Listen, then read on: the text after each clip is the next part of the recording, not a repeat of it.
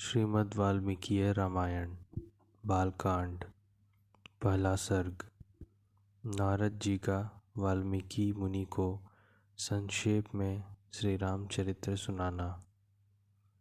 तपस्वी वाल्मीकि जी ने तपस्या और स्वाध्याय में लगे हुए विद्वानों में श्रेष्ठ मुनिवर नारद जी से पूछा, इस समय इस संसार में गुणवान, वीर्यवान, धर्मज्ञ, उपकार मानने वाला, सत्यवक्ता और दृढ़ प्रतिज्ञ कौन है? सदाचार से युक्त, समस्त प्राणियों का हित साधक, विद्वान, सामर्थ्यशाली और एकमात्र प्रियदर्शन सुंदर पुरुष कौन है? मन पर अधिकार रखने वाला, क्रोध को जीतने वाला, कांतिमान और किसी की भी निंदा नहीं करने वाला कौन है? तथा संग्राम में कुपित होने पर किसी से देवता भी डरते हैं। महर्षि, मैं यह सुनना चाहता हूँ, इसके लिए मुझे बड़ी उत्सुकता है और आप ऐसे पुरुष को जानने में समर्थ हैं। महर्षि वाल्मीकि के इस वचन को सुनकर तीनों लोकों का ज्ञान रखने वाले नारद जी ने उन्हें संबोधित करके कहा, अच्छा सुनिए। और फिर प्रसन्नतापूर्वक बोले, मुने, आप जिन बहुत से दुर्लभ गुणों का वर्णन किया है, उनसे युक्त पुरुष को मैं विचार करके कहता हूँ, आप सुने। इक्ष्वाकु के वंश में उत्पन्न हुए एक ऐसे पुरुष हैं जो लोगों में राम नाम से विख्यात हैं। वे ही मन को वश में रखने वाले, महाबलवान, कांतिमान, धैर्यवान और जितेंद्रिय हैं। वे बुद्धिमान, नीतिज्ञ, वक्ता, शोभायमान तथा शत्रु संहारक हैं। उनके कंधे मोटे और भुजाएं बड़ी बड़ी हैं। ग्रीवा शंख के समान और ढोड़ी मांसल पुष्ट है। उनकी छाती चौड़ी तथा धनुष बड़ा है। गले के नीचे की हड्डी मांस से छिपी हुई है। वे शत्रुओं का दमन करने वाले हैं। भुजाएं घुटने तक लंबी हैं। मस्तक सुंदर है। ललाट भव्य और चाल मनोहर है। उनका शरीर मध्यम और सुडौल है। देह का रंग चिकना है। वे बड़े प्रतापी हैं। उनका वक्षस्थल भरा हुआ है। आँखें बड़ी बड़ी हैं।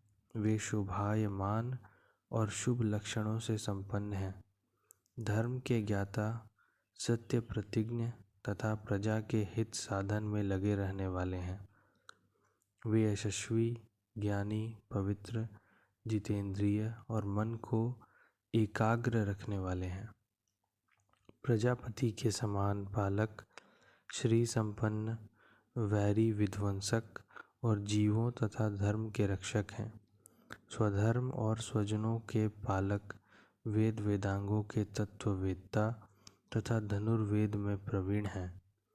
वे अखिल शास्त्रों के तत्वज्ञ, स्मरण शक्ति से युक्त और प्रतिभा संपन्न हैं। अच्छे विचार और उदार हृदय वाले वे श्री रामचंद्र जी बातचीत करने में चतुर तथा समस्त लोकों के प्रिय हैं।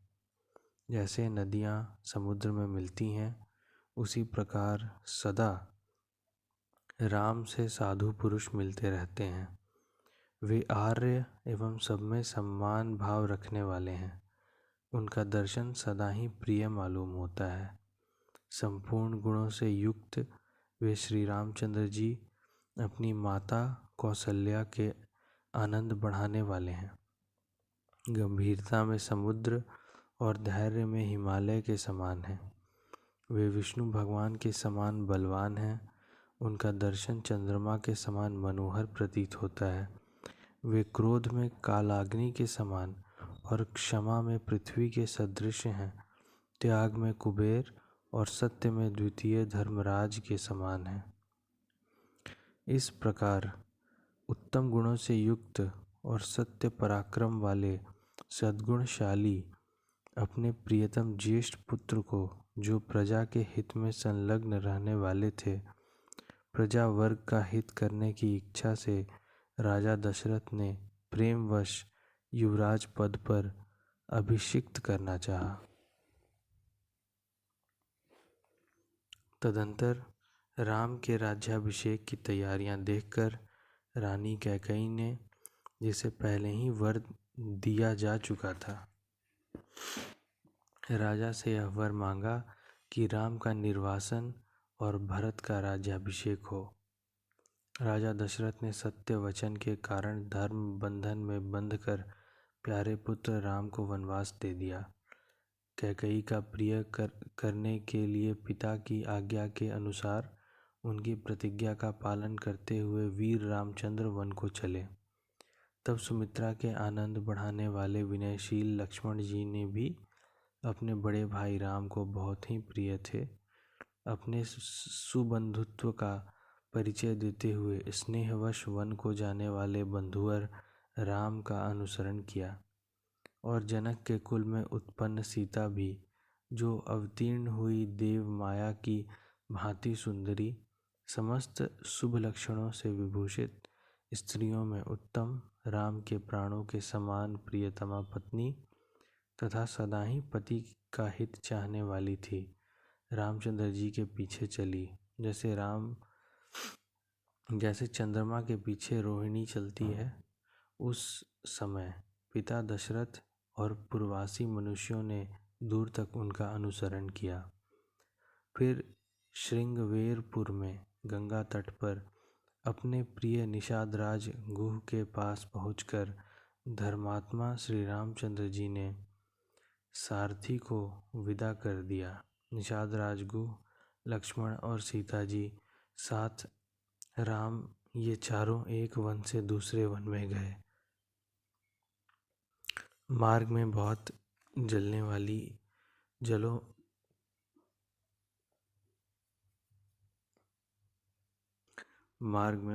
जलों वाली अनेकों नदियां पार करके भारद्वाज मुनि की आज्ञा से चित्रकूट पर्वत पर गए।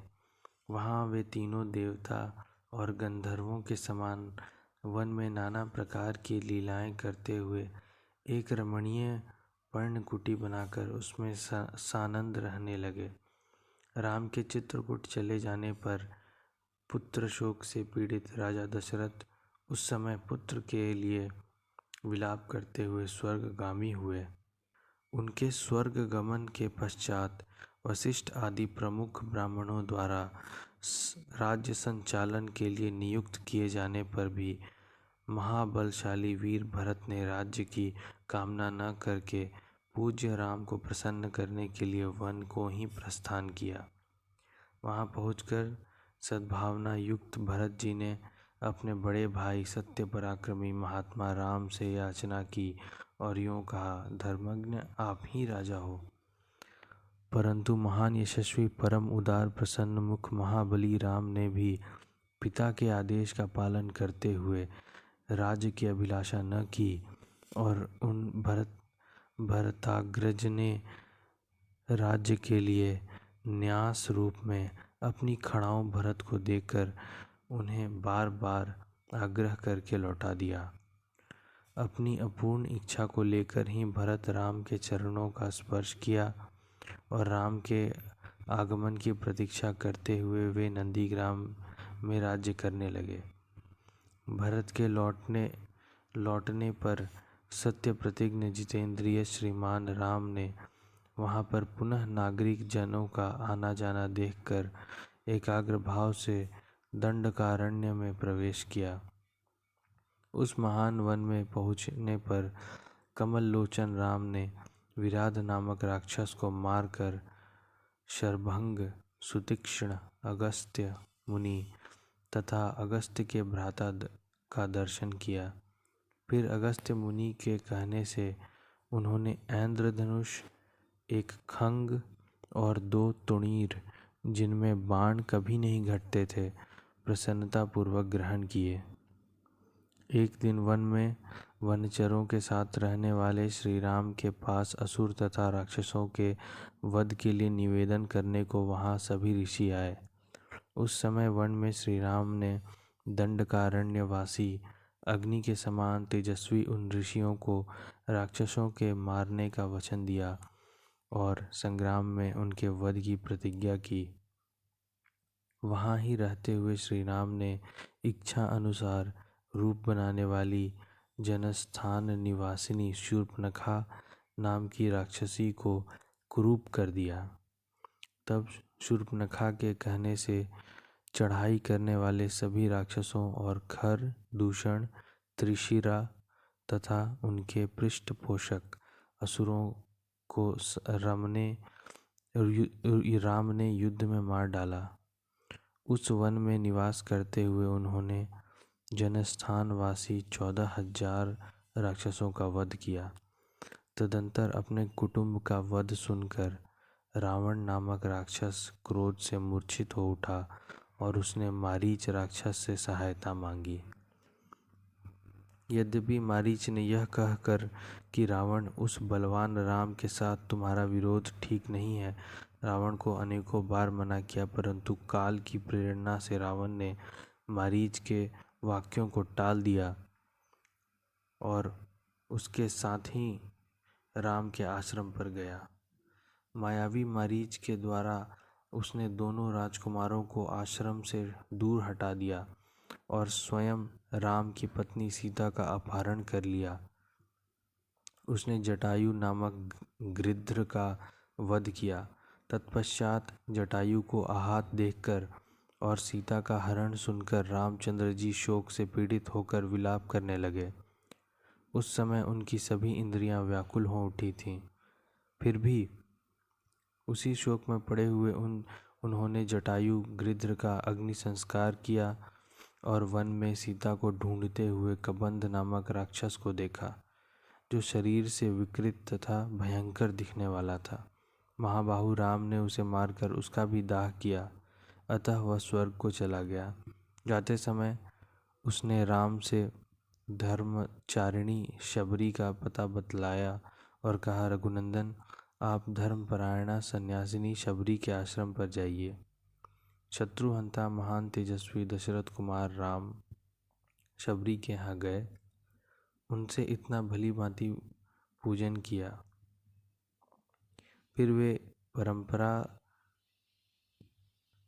फिर वे पंपासर के तट पर हनुमान नामक वानर से मिले और उन्हीं के कहने से सुग्रीव से भी मेल किया। तदंतर महाबलवान राम ने आदि से ही लेकर जो कुछ हुआ था वह और विशेषतः सीता का वृत्तांत सुग्रीव को कह सुनाया। वानर सुग्रीव ने राम की सारी बातें सुनकर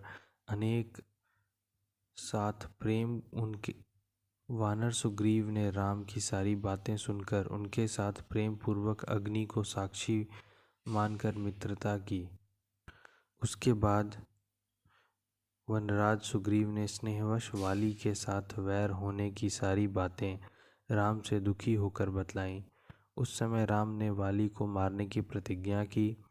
तब वानर सुग्रीव ने वहाँ वाली के बल का वर्णन किया, क्योंकि सुग्रीव को राम के विषय में बराबर शंका बनी रहती थी। राम की प्रतीति के लिए उन्होंने दुंदुभि दैत्य का महान पर्वत के समान विशाल शरीर दिखाया। महाबली महाबाहु श्री राम ने तनिक मुस्कुराकर उस अस्थित मुंह को देखा और पैर के अंगूठे से उसे 10 योजन दूर फेंक दिया। फिर एक ही महान बाण से उन्होंने अपना विश्वास दिलाते हुए 7 ताल वृक्षों को और पर्वत तथा रसतालों को बींध डाला। तदंतर राम के इस कार्य से महाकपि सुग्रीव मन ही मन प्रसन्न हुए और उन्होंने राम पर विश्वास हो गया। फिर वे उनके साथ किष्किंधा गुहा में गए। वहाँ पर सुवर्ण के समान पिंगल वर्ण वाले वीरवर सुग्रीव ने गर्जना की। उस महानाद को सुनकर वनराज वाली अपनी पत्नी तारा को आश्वासन देकर तत्काल घर से बाहर निकला और सुग्रीव से भिड़ गया। वहाँ राम ने वाली को एक ही बाण से मार गिराया। सुग्रीव के कथानुसार उस संग्राम में वाली को मारकर उससे राज्य पर राम ने सुग्रीव को ही बिठा दिया। तब उन वनराज ने भी सभी वानरों को बुलाकर जानकी का पता लगाने के लिए उन्हें चारों दिशाओं में भेजा। तत्पश्चात संपाति नामक गृध्र के कहने से बलवान हनुमान जी 100 योजन विस्तार वाले क्षार समुद्र को कूद कर लांघ गए। वहाँ रावण पालित लंकापुरी में पहुंचकर उन्होंने अशोक वाटिका में सीता को चिंतामग्न देखा। तब उन विदेहन नंदी को अपनी पहचान देकर राम का संदेश सुनाया और उन्हें सांत्वना देकर उन्होंने वाटिका का द्वार तोड़ डाला। फिर 5 सेनापतियों और 7 मंत्री कुमारों की हत्या कर वीर अक्ष कुमार का भी कचूमर निकाला। इसके बाद वे पकड़े गए। ब्रह्मा जी के वरदान से अपने को ब्रह्मपाश से छूटा हुआ जानकर भी वीर हनुमान जी ने अपने को बांधने वाले उन राक्षसों का अपराध स्वेच्छानुसार सह लिया। तत्पश्चात मिथिलेश कुमारी सीता के अतिरिक्त समस्त लंका को जलाकर वे महाकपि हनुमान जी राम को प्रिय संदेश सुनाने के लिए लंका से लौट आए। अपरिमित बुद्धिशाली हनुमान जी ने वहाँ जा महात्मा राम की प्रदक्षिणा करके यूँ सत्य निवेदन किया, मैंने सीता जी का दर्शन किया है। इसके अनंतर सुग्रीव के साथ भगवान राम ने महासागर के तट पर जाकर सूर्य के समान तेजस्वी बाणों से समुद्र को क्षुब्ध किया। तब नदीपति समुद्र ने अपने को प्रकट कर दिया।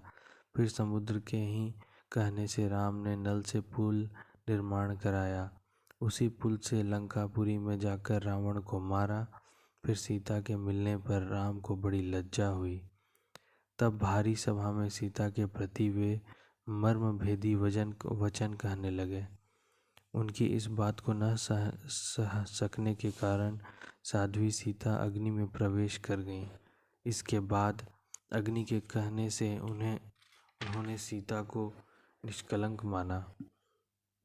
महात्मा रामचंद्र जी के इस महान कर्म से देवता और ऋषियों सहित चराचर त्रिभुवन संतुष्ट हो गया।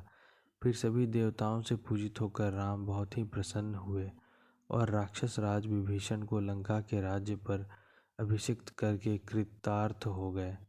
उस समय निश्चिंत होने के कारण उनके आनंद का ठिकाना न रहा। यह सब हो जाने पर राम देवताओं से वर पाकर और मरे हुए वानरों को जीवन दिलाकर अपने सभी साथियों के साथ पुष्पक विमान पर चढ़कर अयोध्या के लिए प्रस्थित हुए। भारद्वाज मुनि के आश्रम पर पहुंचकर सबको आराम देने वाले सत्य पराक्रमी राम ने भरत के पास हनुमान को भेजा। फिर सुग्रीव के साथ कथा वार्ता कहते हुए पुष्पकारूढ़ हो वे नंदीग्राम गए। निष्पाप रामचंद्र जी ने नंदीग्राम में अपनी जटा कटाकर भाइयों के साथ सीता को पाने के अनंतर पुनः अपना राज्य प्राप्त किया है। अब राम के राज्य में लोग प्रसन्न, सुखी, संतुष्ट, पुष्ट, धार्मिक तथा रोग व्याधि से मुक्त रहेंगे। उन्हें दुर्भिक्ष का भय न होगा। कोई भी कहीं भी अपने पुत्र की मृत्यु नहीं देखेंगे। स्त्रियां विधवा न होंगी, सदा ही पतिव्रता होंगी। आग लगने का किंचित भी भय न होगा। कोई प्राणी जल में नहीं डूबेंगे। वात और ज्वर का भय थोड़ा भी नहीं रहेगा। क्षुधा तथा चोरी का डर भी जाता रहेगा। सभी नगर और राष्ट्र धन धान्य संपन्न होंगे। सत्य युग की भांति सभी लोग सदा प्रसन्न रहेंगे। महायशस्वी राम बहुत से सुवर्णों की दक्षिणा वाले 100 अश्वमेध यज्ञ करेंगे। उनमें विधि पूर्वक विद्वानों को 10,000 करोड़ गौ और ब्राह्मणों को अपरिमित धन देंगे तथा 100 गुणे राजवंशों की स्थापना करेंगे। संसार में चारों वर्णों को वे अपने धर्म में नियुक्त रखेंगे। फिर 11,000 वर्षों तक राज्य करने के अनंतर श्री रामचंद्र जी अपने परम धाम को पधारेंगे। वेदों के समान पवित्र पापनाशक और पुण्यमय इस रामचरित को जो पढ़ेगा वह अपने पापों से मुक्त हो जाएगा। आयु बढ़ाने वाली इस रामायण कथा को पढ़ने वाला मनुष्य मृत्यु के अनंतर पुत्र पौत्र तथा अन्य परिजन वर्ग के साथ ही स्वर्गलोक में प्रतिष्ठित होगा। इसे ब्राह्मण पढ़े तो विद्वान हो, क्षत्रिय पढ़े तो पृथ्वी का राज्य प्राप्त करे, वैश्य को व्यापार में लाभ हो और शूद्र भी प्रतिष्ठा प्राप्त करे। इस प्रकार श्री वाल्मीकि निर्मित आर्ष रामायण आदि काव्य के बाल कांड में पहला सर्ग पूरा हुआ।